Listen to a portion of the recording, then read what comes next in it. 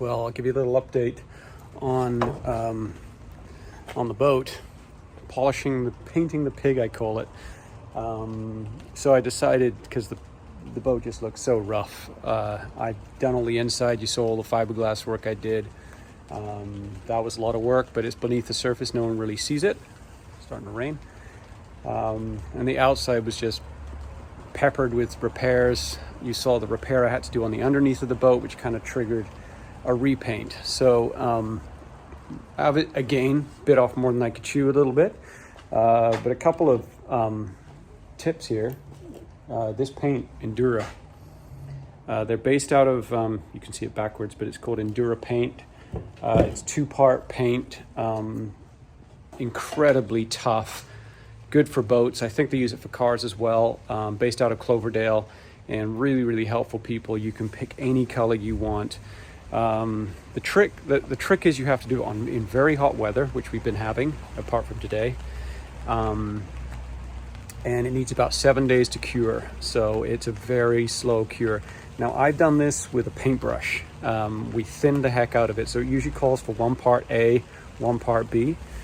We did 1 part A, 1 part B, and 1 part thinner, so it's like water. So it does dribble, so you have to do very thin coats, and the coats don't cover well, so you do multiples.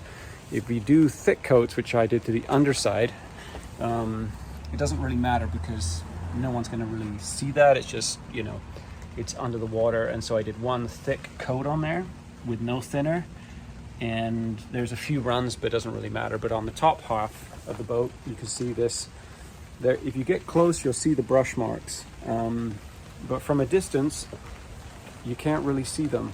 And I could probably, after it's cured for, a couple months, I could probably cut and polish this if I really wanted to.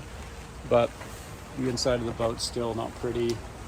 So I ended up doing the top white, and that was difficult. Doing all of the dashboard, taping it all off. The paint starts to go off really quick.